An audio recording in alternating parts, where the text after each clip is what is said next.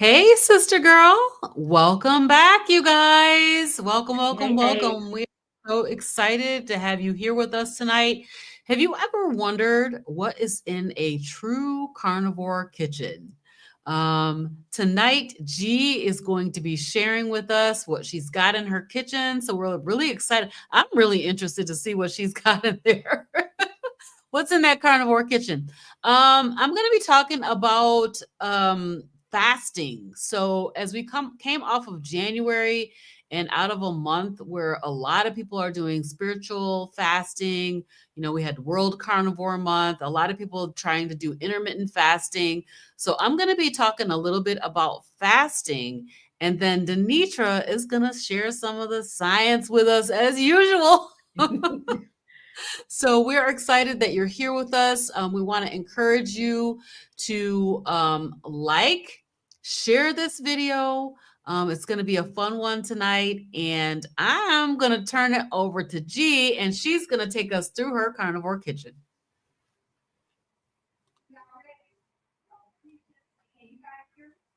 Uh-oh, G, we can't hear you.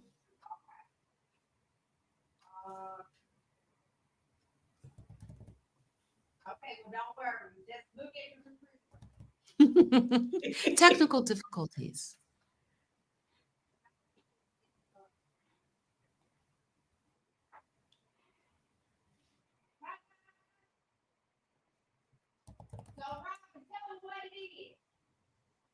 She said, Robyn, tell him what it is. Okay. Oh, this looks like it is some beef fat trimmings.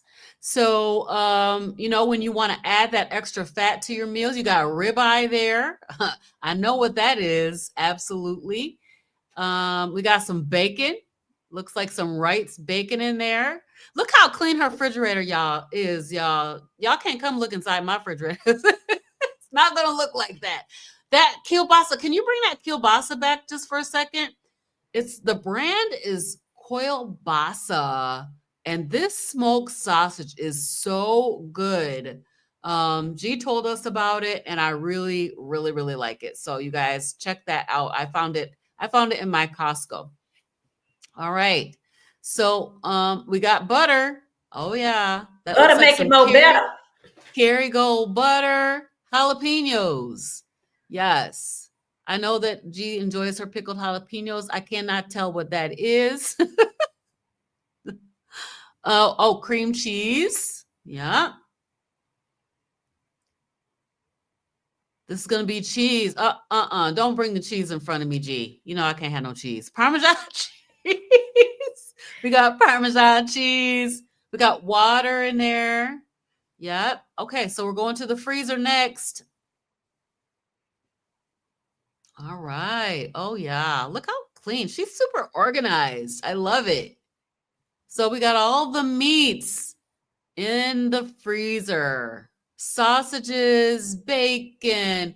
We got a little bit of ice cream. So this ice cream is, I believe it's Haagen-Dazs, and it's very clean ice cream. So this ice cream, I don't know if you know, like Dr. Kiltz, he talks about the fact that you can have a little bit of ice cream every now and then. But this does have sugar in it. So if you don't want to incorporate any sugar into your diet, then you wouldn't want to try this. But it is really, really clean ice cream. We've got Kerrygold butter in there. I see a lemon in there, a frozen lemon. Yep. Very good. All right, I think we're going to go take a look at the pantry next. So as you can see, G does not have any, not very much canned goods. So she's got the canned meats, which it looks like canned chicken and canned tuna. And then it's like appliances, whole bunches of appliances. She's got her cookware and stuff in there. So that's cool. And then going into the oven, looks really good. No cheese for Robyn. In this oven, she keeps her cast iron skillets, and I know that she also does keep her like she has a pan that has like tallow in there. So she can fry up stuff. So there's that tallow pan. So this is where she keeps her cast iron skillets. Here's a carnivore cabinet. So here's our spices. Mainly are primarily using salt. And you can see that she has a variety of different salts. We got the Celtic salt, we got the Wagyu. That's the Wagyu beef tallow up there. Also, I do see some Folgers decaf coffee and some Frank's Red Hot sauce. I love that. That is also my brand. I love the Frank's Red Hot. I do see some spam in there. So, for those of you who are curious, can I eat canned meats? Yes. Oh, yeah. That looks like, is that sardines? Yes. Beach Cliff sardines. Cool. All right. Some more cabinets going on here.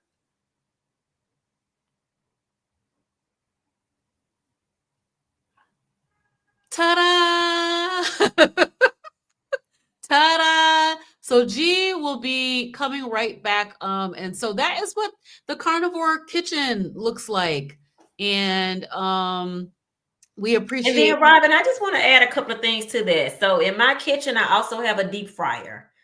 Yes. So I know we've been told so many times not to fry food, don't fry foods. The key is not frying your food breaded is the key, and making sure you use the right oil. So I'm either using a beef tallow, I'm using my bacon grease, or I'm using avocado oil, a coconut oil, but I still deep fry fish, chicken, pork chops, but I fry them in a clean oil so that I don't get the issues with the other seed oils. So I just want to add that. I also use a what do you call it? A griddle. I use a griddle as well. I have waffle irons for my chaffles as well. So those are, some other things that you could have in your carnivore-ish kitchen. And an ice cream maker. Yeah, I sold mine in the yard sale. I couldn't figure that out. So y'all saw I have the little Haagen-Dazs. Haagen-Dazs is the cleanest ice cream besides me making it. And y'all see that was 3 ounces. A lot of times I'll do half of it and go with that. So one of the things I just really want to show you guys is an actual carnivore kitchen. When I tell you I do this like for real, I'm for real. And you can see the pantry just have pots and pans and stuff in it. I found 2 canned goods, y'all. And let me tell you what they are. Boiled peanuts. Because I was having a hard time throwing them away. First of all, I never ate boiled peanuts. And then when I did eat them, I fell in love with them and then realized I shouldn't eat them. And now I just sit and watch them 2 cans. I ain't gonna never eat them, but I just ain't ready to throw them away yet. So thank you guys for watching that portion. I'll be back later in the show. Right now, we're going to turn it over to Robyn. She shared a lot of great stuff with us. And go ahead, girlfriend.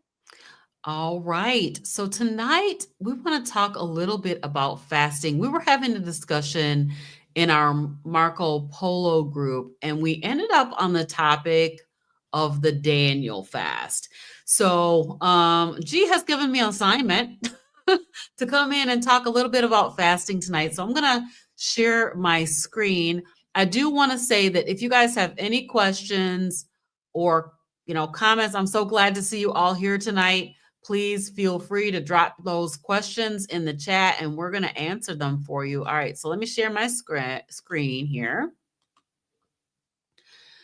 So we're not going to go way too deep, but I do want to talk a little bit about the biblical history of fasting because I do every year a spiritual fast at the beginning of the year where I do more of an extended fast. And I know that there are a lot of people out here who are doing extended fasting. So this year I did 3 days of an extended fast, but typically I will do between 3. The most days I've ever done was 20. And then I kind of got sick on the 21st day. So I ended up having to break it, but I was planning to do like a 40-day fast. I didn't make it to that, but I did that 20-day fast one time. Usually I'll do between 5 and 10 days. Last year, I think I did 7. So, and that is for a spiritual fast, but there are also some amazing benefits from fasting that we get. So I want to talk a little bit about a couple of the fasts that, and throughout the Bible, there were so many people that were doing fasting, but just to call out a couple of them was one was Moses, and he fasted before receiving the Ten Commandments. So if he was up in the mountain for 40 days, and he fasted during that time, and he received the 10 Commandments. So, the fasting it can help with your physical readiness to perform the things that the Lord has, the work that the Lord has you to do, and get your spiritual focus. So a lot of times, like during the fast, I will be doing more devotional time, spending more time with the Lord, kind of doing that kind of thing. Esther fasted she called a national fast, because the people were under, they were getting ready to be destroyed, basically. So she called for a national fast, and everybody fasted. And so that was, uniting people through that crisis period and showing the power of a fast to bring about change. And then, of course, we know that Jesus, if you're a Christian, you know about Jesus. Jesus fasted 40 days and 40 nights in the wilderness. And that was right before he started his ministry. And so, during that time, it was all about reliance on God and purification, getting ready to begin ministry. So the really cool thing about fasting is that we know that there are some amazing benefits from fasting. So some spiritual and some just natural benefits. So we think about things like enhanced mental clarity. It clears your mind. Once you can get past the fact that you're not eating food, especially for those extended fasts, it clears your mind and you're able to focus on other things besides eating all the time.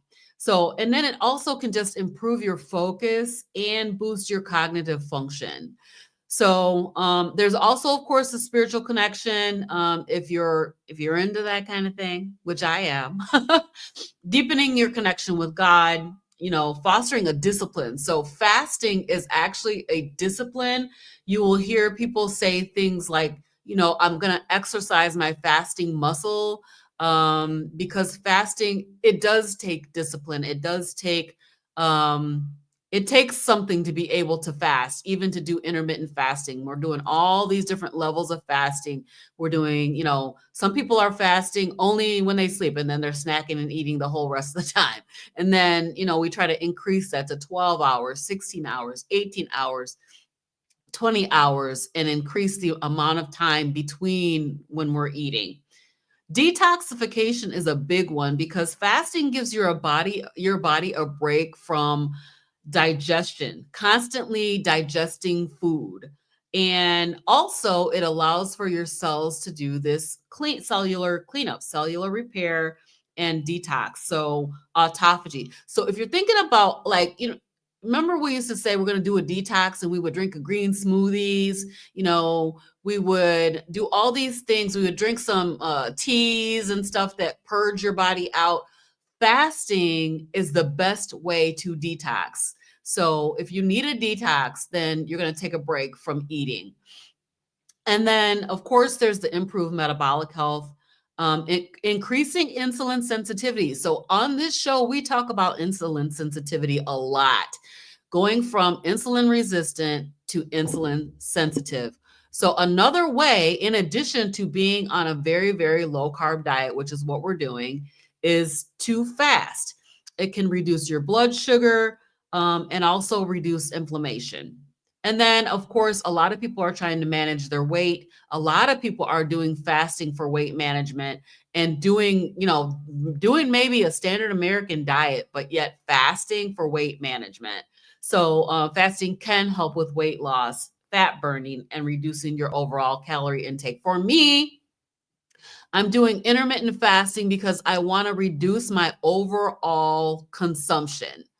And so I don't need to be eating 3, 4, 5 times a day. I want to increase the time between the times that I'm eating. But one of the things that we talked about in our group. So we have a Marco Polo group, and there's a few ladies in there, and we were talking about the Daniel fast, because the Daniel fast is really, it's a fast.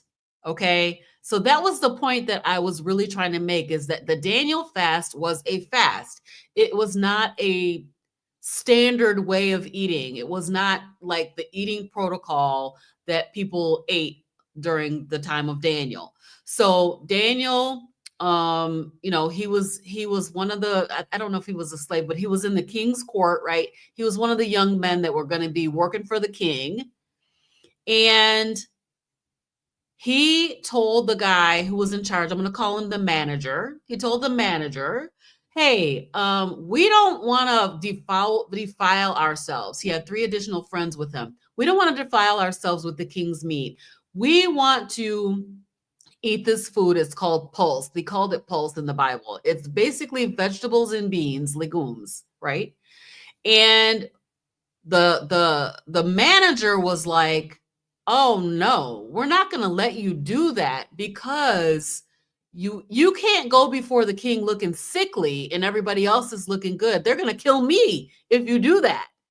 And so this really, was a decision to fast from the king's meat, because they didn't want to consume these defiled foods or whatever. They didn't want foods that were associated with idol worship. And really, the idea was the people who were eating the meat were going to be healthier and better off than people who were eating vegetables and beans. Okay. And so they convinced the manager to allow them to do that for a short period of time. And basically they ended up looking better. They were fatter. They were like more healthy than the other guys. But the thing about this thing happening was that was a miracle. That was a miracle that God did for them to show himself strong. But God has given us meat to eat throughout the Bible. From the very beginning, human beings have been eating meat. And so to say that I'm going to do a Daniel fast, I'm going to be on a Daniel fast type of diet, is not the most healthy way for a human being to eat, because the Daniel fast does not include meat. And so that the bottom line of this, for me, of this story and the revelation that I had about it, was that Daniel fast is not a long-term solution for people. It should not be, because that was literally a miracle that happened, that allowed those guys to be better off from eating this Daniel food. Otherwise, they would have just put everybody on Daniel's food and let them eat that and serve the king.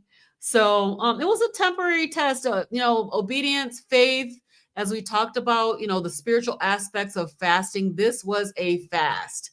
And so when people go into the Daniel fast or go into vegan type diets with no meat protein, it's really not the healthiest way for a human being to eat. Human beings need to have meat. So, and I know there's a lot of vegans out there. I know there are people who don't eat any meat. I know a couple of people who have gotten really, really sick from not having meat protein in their diet and having to go back on meat. So we got 2 ladies here that have done vegan diets. I've never done a vegan diet because I love meat. And I know that a lot of people are like, well, I don't think I could eat that much meat.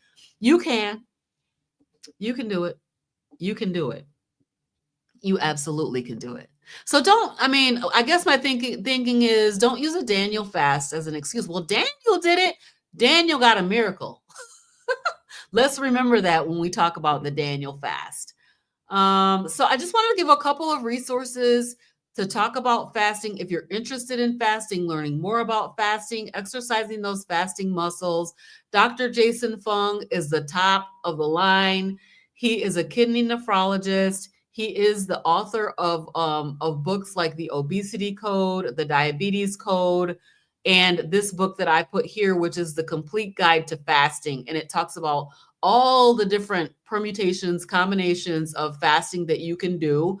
and the benefits. And so if you really want to, like, dig deep into the research about the benefits of fasting, this is a really, really great book. Dr. Mindy Pelz is another one, and she is a doctor that's online. She's on YouTube, and you can look her up. She talks a lot about fasting. I think her book might be called Fast Like a Girl. Fast Like a Girl. So, there are some differences. Of course, we have hormonal difference, and we're not guys, we're ladies. And so check out Dr. Mindy Pelz. Dr. Eric Berg is another one that has some really good information out there about fasting. And then this guy, Dr. Miles Monroe, he actually passed a few years back, but when I was trying to go into spiritual fasting, he has some excellent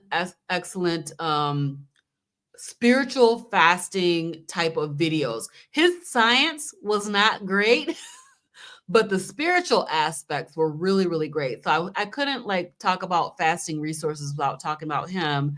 And just encouraging, if you're interested in fasting for spiritual purposes, then that is a person that I would highly recommend that you take a look at.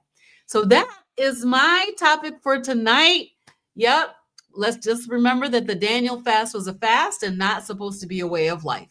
Thank you. You so funny. Way I wanted to add real quick, if possible, fasting, if you can truly fast, especially on the standard American diet, I always believe if you can put your body under subjection with food, then your finances fall in order, all of these other things, because now you tell yourself, oh, I know I can do it. But I got one even better. Once you start going through this, your mental clarity, baby, you're going to want your coins. It's like, hold up, wait a minute. You mean to tell me I used to do this, that, and the other? No, you think differently.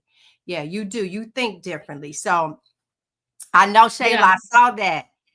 This is the same thing that happened to me. I was not a vegan, but I was always iron deficient, as long as I can remember. And when I went carnivore, I'm no longer anemic. So that's pretty awesome. Yep. Yes. Same Yeah, all thing right, we happened to me. turn it over to Miss DeNitra. You ready? Yes, There you ma'am. go. Good evening. Good evening, Robyn. Thank you for sharing that. And the one thing that I'll add relative to fasting is that it's a God principle. It's a Bible principle, right? And God is going to always do exceedingly abundantly above with whatever His principles are. And so while we fast spiritually, getting ourselves disciplined, there are always going to be some additional benefits to that. One of the things that I teach with my clients relative to fasting is we have pre-ate, right? We have eaten already, and our bodies are not going to starve. And so a lot of what's happening when we're fasting is that our bodies are going to find a meal. They're going to find what we already ate. Like, it's that simple. When you allow your body to rest, it's the same analogy we use with gas. If you have filled up your gas tank and you don't drive it out, then that gas still exists. And so I love fasting. It's been a cornerstone for me spiritually, and now relative to health, just allowing my body to heal. So thank you for that, Robyn. So tonight, I'm going to share a little bit about diabetes, and I'm calling it out tonight, when usually I try to stay away from the exact term, because I think people put themselves in a category, and if they have not been diagnosed with diabetes, they think the conversation isn't for them. And so it's why you often hear me talk about insulin resistance along with saying diabetes, because diabetes is one manifestation of insulin resistance. I want to be clear about that. So tonight, what I want to do is get you guys thinking about, what if all of what you've been taught about managing diabetes is actually what is keeping you sick with diabetes? Just gonna pause and let us rest in that. So we've thought of diabetes. I know for me that it was a life sentence. That once a diabetic, always a diabetic. Once you have high sugar, you're going to always have high sugar. That you cannot cure, reverse, or change anything relative to diabetes. Once you've gotten a diagnosis, all you can do is manage it. Okay? And I'm here to tell you tonight that is not the truth. It is a lie. When I was a kid, my mama wouldn't let me say lies. So now I'm grown, I can say it. It's a lie. It is not the truth. You can reverse diabetes. So first, let's understand, what is diabetes? Okay? Diabetes is directly caused, and you can go find all the research that's out there, directly caused by an overconsumption of carbohydrates.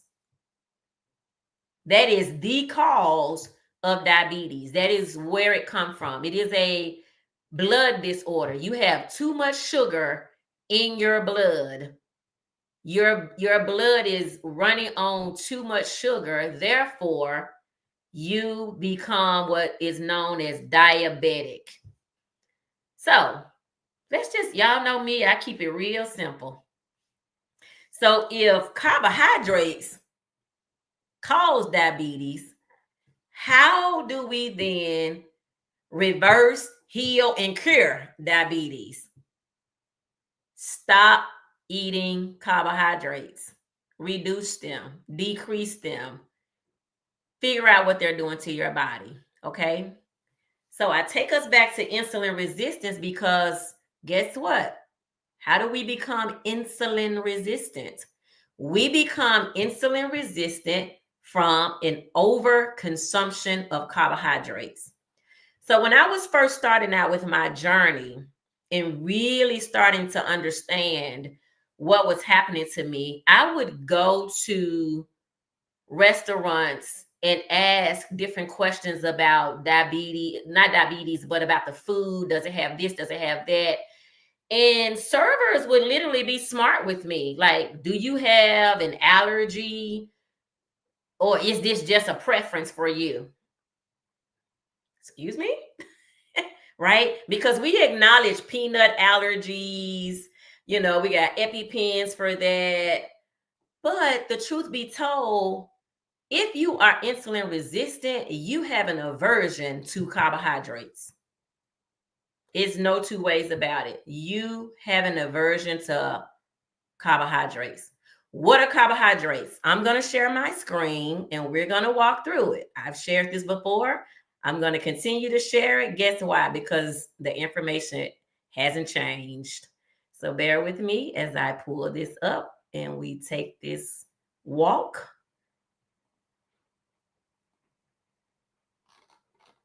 So this is our lesson right here. Let me get this off. Carbohydrates are carbs. They are sugars, molecules. All plants are carbs. All carbohydrates metabolize as sugar. All sugars spike blood. Okay? Whether they're simple carbs or complex carbs. That's what we want to walk away, is understanding it doesn't matter the carb. It is sugar. If it's whole grains, legumes, vegetables, starchy, processed foods, eventually it's going to be sugar in your body. If it's simple carbs, fruits, candies, cookies, it's going to be sugar in your body. Okay? Let's just keep that. All right. Quickly, I want to take us to this circles of the heart. All of these things, diabetes is at the top of the list. All of these things are manifestations of what insulin is doing in our bodies. Whether it's obesity, fatty liver, coronary artery disease, neuropathy, kidney disease, retinopathy, all of these things are manifestations of how insulin is operating in the body. Okay? And so I want to make sure we walk away with understanding that. All right? I'm going to stop sharing and I'm going to come back over. And what we know is that there are some authorities out there that are designed to help us treat diabetes. Notice I said treat. Notice I said manage earlier. So there's an organization that is very familiar to us. And hear me, that my disclaimer is this is not a bashing any organization. This is proactively giving you information that you can then go and find and work through for yourself so that you can make choices and self-advocate for yourself. Because a lot of times when we hear terms like American Diabetes Association, we think when we go and we listen to what the American Diabetes Association, that it has the most up-to-date, relevant information for me as a human that is living with diabetes or a family member that is living with diabetes. And so tonight, I want us to hear what the American Diabetes Association tells us in a lot of ways. All right. So the American Diabetes Association primarily is about managing diabetes. I'm going to keep saying that to you. When earlier I told you and share with you that you can heal diabetes. You don't have to have diabetes. But you have an organization that's been around since 1940s. And their mission is to prevent and cure and improve the lives of people affected by diabetes. That's their mission. However, the things that I've been exposed to relative to the American Diabetes Association is more about management. Because the one thing that the American Diabetes Association does not teach is for us to restrict eating carbohydrates. As a matter of fact, I've sat through sessions where a diabetic who's been a diabetic for 40 years, like it literally brought tears to my eyes, was told that they should be eating 40 to 60 grams of carbs per meal. All right, G or Robyn, do the math for me. Divide that by 4. Your body can only manage 1 teaspoon 40, of sugar. Yeah, 40 is going to be 4 teaspoons. 10. Yeah, You divide it by 4, 10 that's 10 teaspoons. teaspoons. 10 teaspoons, sorry. 10 So teaspoons. your body can only manage. So when I say be an advocate for yourself, these are the things you need to understand is that your body can only manage 1 teaspoon of sugar in a day, right? So if you are being encouraged to manage your diabetes, which means you're still on medications, so now the medications are treating these 40 to 60 carbs that you're eating a day. When you could simply take those carbs out and have no use for the medicine. So you're treating the foods that you're eating. Now, again, this is not about bashing. This is about you having a choice of the information that you want to listen to. And so my question becomes, do you want to be healed? I'm going to go back to Robyn with the biblical question. Jesus asked the man, wilt thou be made whole? You can be made whole from diabetes and insulin resistance. What I want you to hear for everyone who does not have the diagnosis of being diabetic, what I want you to hear tonight is that if you are insulin resistant, it's only a matter of time. Insulin resistance means that you already have several issues, right? You either have a large waist circumference, you have blackness around your neck, you're dealing with fatty liver, you have an autoimmune. Remember, I was diagnosed with lupus that I no longer have. All of these things are coming from how insulin is operating in your body because you are a high carbohydrate eater. We live in a high carb society. And we say things like sugar is in everything. Carbs are in everything, but it's not. The 3 ladies here, we practice carnivore. There's no sugar in carnivore. Okay. And so the idea is that we are burying loved ones over something that is reversible. It is directly tied. I was in the store this weekend. A gentleman in the store had 2 rolls of ground beef. He had in a pack of buns, because in our minds, a burger needs a bun. Guys, a burger is a utensil that has 38 grams of carbs in one bun. You have over exceeded it. And so tonight, while the American Diabetes Association, well intended, but if you go to their Facebook page, I'm not going to even flip there, but if you go to their Facebook page, people are encouraged to eat, you know, this amount of, you can have this amount of ice cream, you can have this amount of sugar, you can have this cookie, you can have this grits or this oatmeal. So if they're telling you 30 to 60 grams of sugar per meal, let's just take 40 in between, and you eat 3 times a day, that's 120 carbs by the end of the day. And so you wonder why you're ravenous, why you're starving, why you are still not satiated. It's because you are indulging in a high carb diet that really all you've eaten is sugar. So when we talk about plant-based, remember, I teach on this show often that plant-based is sugar-based. Any plant that you consume, it's going to metabolize in your body as sugar. The last thing I want you all to do for me tonight is I want you to look up the American Diabetes Society. American Diabetes Society. It is a fairly new organization that is backed by science. And the American Diabetes Society, right now, their goal is to get you healed. I listened to a talk last week where they were saying that it was okay for a diabetic to have a 7A1C. Y'all, that's not okay. That means that you are continuing to be sick. Now, my proof in the pudding is that I am working with men and women who have reduced their A1C, including me, including Robyn, including G, including other people that we're working with. They have reduced their A1C by decreasing the amount of carbs that they eat. And we're just saying tonight, give it a try. So even when you hear us call ourselves carnivore, well, we really are low to no carbs.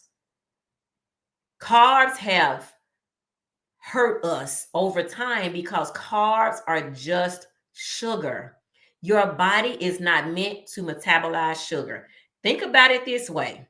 You would never put sugar in your gas tank. I ask that question every time people say, oh, I love sugar. I love it. I love it. I say, sugar don't love you back. Right? And I asked them, would you put sugar in your gas tank? No, it'll tear up my car. Guess what? It's tearing you up. And I just want to say, people who look like me that wear the same skin that I wear on a daily basis, when we say things like black don't crack, we cracking, y'all. Sugar is cracking us up, literally. And so tonight, my portion of this was to bring some awareness to just blindly listening to the American Diabetes Association. I'm not saying that all the information is bad, but I'm saying be your own advocate and see that information. What are your goals? Is your goal to give up the cane, right? So that when you're not in pain, you don't need a cane, right? Is that your goal? Is your goal to not have your limbs amputated and you still taking metformin? I'm hearing and working with people who have been on metformin for 40 years and 10 years. I'm saying tonight, consider checking out the American Diabetes Society. I support them financially. I believe in the work that they're doing because they believe like I believe in the stuff that I've learned. It has turned my life around. And so tonight, my t-shirt is, I have 99 problems, but carbs ain't one of them. And so I'm going to turn this over to G, and she's going to take us a little before further. we turn it over, I wanted to just share the site. Oh, sure. Okay. Yeah, let's just take a look at it, because when I looked at this site, I was like really interested. This is their meal plans and recipes. Look at this. Yes, it's amazing. This is what their meal plans and recipes site. This is the first picture that's on the site. And it's talking about meal plans designed to support a balanced blood sugar. We were always taught that diabetes is chronic, incurable. you know, it's not curable, but you can actually recover and no longer have a diabetes diagnosis. But I thought this was fascinating that they have this meat, you know, they have a variety of different ways of eating that they have plans for. So that's pretty cool. But as DeNitra was saying, when you think about things that metabolize in your body as sugar, all plants are going to metabolize in your body as sugar. So yeah, this is a really good site. I dropped the link to this in our chat tonight. So you guys can take a look at this when you get a chance. Thank you, Robyn. Yes. Am I on? Okay. Really quick, I'm gonna put this up, and at any point, live or replay, if you want to pause this, go back to it, look at the time stamp, 41 minutes, to come back to this. I put over our faces what we were dealing with. If any of this looks familiar to bursitis, fibromyalgia, eczema, lupus, there is so much. I did that just to show you guys this is where we're coming from. We did not jump into this and all is well. Arthritis in the knee, sleep apnea, iron deficiency, dandruff. Hello. Y'all don't think that that's it. Acne, what they tell you when you was young. Okay, first of all, I know I got a big forehead. All right. And so when I was growing up, I wore my bangs. And then when you push my hair back, I used to have all these bumps on my forehead. And they told me that's because your hair rests on your head. No, it wasn't. It had nothing to do with my hair because my hair is all over and I ain't got now bump. So I know that wasn't it. And then when you look at what we said in a 24-hour span, 1 spoon of sugar. I chose to use a spoon of sugar. It doesn't matter what size spoon you have. I mean, you don't want no great Jethro spoon. That ain't what we talk about. Teaspoon, tablespoon, no matter what, you got more sugar than that in your system. So it doesn't matter which one of those spoons you were talking about. And I saw someone put in the comments, oh my God, about their mom.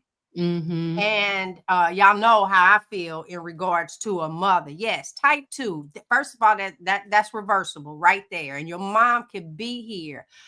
But this food these products, let's change that. Stop using the word food. These products that they gave us, that they sell to us, that we're actually buying this stuff. And then they come out and say something like, "Ooh, red dye is not good for you." All of these things that they are naming, that's not good for us. And they also say the same thing about red meat, but follow the money.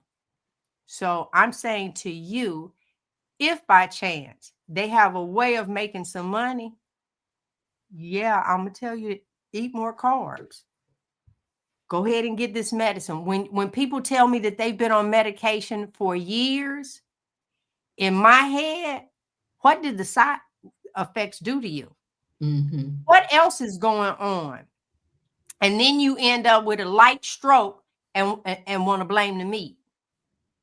Not a side effect of all the medicine that you've taken, not the sodas, not all this other stuff. Over a spoon of sugar a day. None of that had anything to do with it. This is the part of the show. Go ahead and put your comments and stuff over in there. I really, really, really like that that website. I'm gonna spend some time on there. But this is the side of the show I call the proof is in the pudding, baby. The proof is in the pudding. So one of the things that we talked about was, I'll start with me. This is me over time. Over here to the left, 260 pounds. Does that say that I weighed enough for y'all? And I'm pretty sure it was more than that by the time I got my butt on the scale. That's where I was. In the center, this is me as a vegan. Y'all see 4.5 years a vegan. And that is as small as it could get. But now look over here to the right. There I am as a carnivore. So that's my proof in the pudding. Now I'll go back. Look at all this that I had. I had 2 bulging discs in my back. I used to get UTIs every month. That's sciatica. vertigo, carpal tunnel, blood pressure, depression, diverticulitis, snoring, right? Skin tags, anxiety. That's just for me. And I'm telling you, I did have some restless leg the last 3 nights. And what's different? I've increased my movement. I can tell you right now, I did 6 miles today. So every day being a part of these ladies' lives, that's why your tribe does matter. It Who you does. connected with really does matter. You do want to plug into somebody that's offering you something else besides some food. And let me show you the next one. Hold on. Let's go here. We're gonna go over here. Look, obesity, chronic eczema. Girl, what kind of dish? What? Dyshydrotic eczema. That thing caused my entire hands to peel off. Oh, I got pictures, y'all. Okay, her blood pressure and everything. Let me go and find. I love her before and after here. I want you to see the dark circles, all that. Look at the slimminess of my friend's face. Here's some more before and after. Well, I want to talk about this because I was at dinner last night and we were talking about the fact that I only eat meat. And I pulled out my pictures. I said, a picture is going to be worth 1,000 words here. I cannot tell you. I showed these pictures right here on the left. And the lady was like, oh, okay. I see. So Yeah, look there. So she's walking around looking like that. Now, we've always said that blackness on our neck. We've also said in pregnancy how our noses like spread. You get all these dark. Pregnancy might not be doing all of that. What were you eating during that time? Yeah. Just ravenous. Okay. I don't have your hand picture in here. I cannot believe that. I will take care of that for sure. Now let me show you my friend here. Okay. Now let me show you. Look, she's using her deficiencies. She ain't type her words like we did, y'all. Pre-diabetic, insulin resistance, but here's the one: lupus, excessive weight, high inflammation, chronic fatigue, eczema, gout, dandruff. Come on now. Now, look at her. Hold on, wait a minute, because I know some of y'all want to see. Y'all know this is my favorite. Baby, look at them legs. Right. Come on, y'all know that's my favorite right there. Look at them legs, them shoes. Girl, gonna slide me them shoes next week. Okay, but with all that being said, so we're coming to you not as these little skinny people trying to tell you we had a slew of illnesses. And y'all don't even realize that them little skin tags on your neck ain't supposed to be there. Right. It's so and they will drop off. You It's- reduce your insulin and they're going to drop off That's automatically. it. There's so many people that think that's how our bodies are supposed to be. That's not how. If God designed you and you are wonderfully made, why all of a sudden you sit down and you can't breathe because you got them rolls and you got to lean back? We're not supposed to expand the bra strap to a wider band for the back fat. We ain't supposed to have the back fat. Right. We are making these life adjustments to us, and that's not how our bodies are supposed to be. It's a temple, remember? And I got a question that came through on my cell asking about skin tags. And so I just want to make sure everybody knows, typically for us, they look like a mold. If you notice over time, you may have started out with moles, growing up, but then over time you got more moles and they started being in your skin. So you got these little black things on your neck. If you're Black, sometimes they look exactly like the same color as your skin, but they are hanging there. Some people call them warts. Thank you. Some people call them warts, but those are skin tags, and those are a result of overconsumption of carbohydrates and insulin. And so when we are primarily plant-based, these are the things that are going to show up. Because remember, diabetes, I talked a lot about diabetes, but diabetes is only one manifestation of this insulin resistance. I was working with a client over the weekend who has a that's been diagnosed in a pre-diabetic range, and no one has ever told her that, right? Mm-hmm. So this is why we talk about making sure you get your labs. But when you decrease your insulin, which means you have decreased your carbohydrates, then life is going to get better. Things are going to start to heal that you don't even think about. You know, people are walking around with swollen ankles and thinking that, oh, I walked too much, right? Yep. We make an excuse for these things, but it is what you are eating. I'm working with clients who have lived with obesity. They've never seen in their adult life under 200 pounds. I spoke to a potential client today who shared with me that her last time of seeing something under 200 pounds, she was 12. And we're saying tonight that this is the healing. We're not here to treat you. I don't give medical advice because I don't want you doing medicine, right? Right. I got a call from a lady that has been working with me. Like I said, there are some unintended things that happen. She texted me today. She said, hey, when I started with you in December, I was 234 pounds. I'm down to 212. My doctor had been watching my thyroid. And in these few months, the doctor told her, your thyroid is better. This is not even stuff I'm going after because I don't deal with medical stuff, right? What I deal with is that carbohydrates, some way, somehow, the more you eat, your body is going to tell you. And so I'm saying, work with that, take them out, snatch them away, give them up.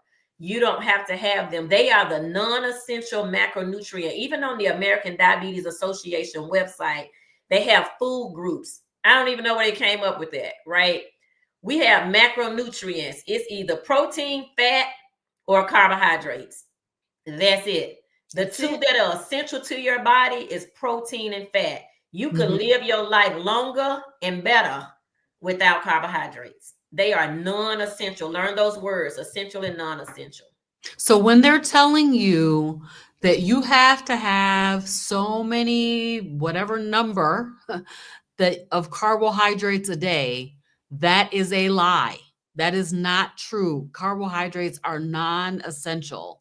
That's something that every single person needs to realize. Like, those carbs are not, your body can make all of the glucose that it needs.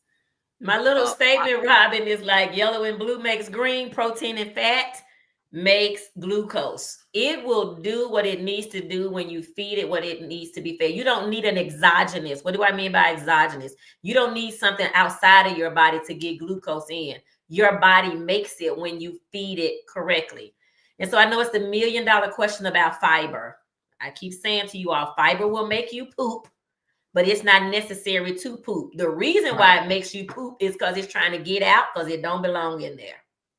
That's the way to sum. That is how to sum it up. Your body is getting rid of waste.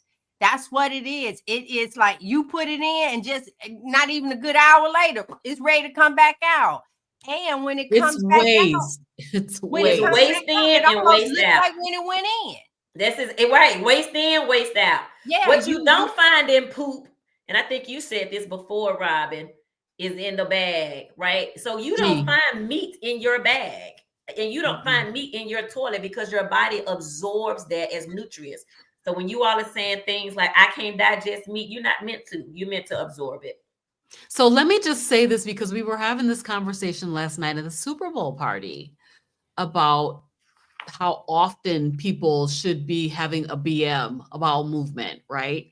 And, you know, I went on Carnivore and I stopped having bowel movements. Well, are you constipated? Like, are you having a struggle trying to get something out? No, my body is not giving me no indication that I need to go to the bathroom. And I'm really, really worried about that. Like, you know, and I'm saying it's because your body is absorbing the nutrients. Your body is probably so deficient that it's like using up every bit of that meat that you're putting in. And when you have to go, you will go. I did a whole video on that, and listen, we're saying the truth. I did not trust the process, and I took laxative, 2 Docalex pills, drank some all kind of stuff, and just sat on the toilet and said, and nothing was coming out because my body. So yeah, I trust my body. That one I do. Well, what else we got going on, ladies? Because we can get out of here. I'll put this up again. If anyone wants to pause the screen, this is just, this is most 95% of what the 3 of us had. And not a lot is the same in every row. That's what I want you to see. And all of this, what's the word for it, DeNitra? What is all of this? Insulin resistance. This is the result of too much sugar and carbs in our system. Yes. And exactly. that was the results of it. So we'll be back next week. We're going to have another fantastic show for you. We thank you guys for tuning in. Drop your questions and stuff over in the comments, and we'll be back. We'll see you guys. We got to tell them to join the Hey Sister Girl Facebook. Hey Sister Girl Facebook. Go look for us right now in Facebook, Meta. Hey Sister Girl. You'll find the private group. Go ahead and join. The challenge is going. Do anybody want to say who's in first place? Sure. Is it G? I think G is probably at the very top, but I'm sure I'm right behind her because if don't midnight, don't come to Hey Sister Girl, because I am gonna drag you, honey, on this walking challenge. Okay, don't let me scare the people. Don't let me. Oh man, these ladies are both ahead of me. I'm in 3rd place. But we the top 3, baby. We are the top 3. So y'all come on in, so I can get y'all too. Hey. But let me just say that healthy competition. Look, this me in the morning. Woo, they ain't getting in front of me. And I jump right on up out of that bed. Yes, you need a community, guys. I can't say that enough. You need a community, and hopefully you'll join us. It's free to join. Until next week, we will see you guys later. Bye.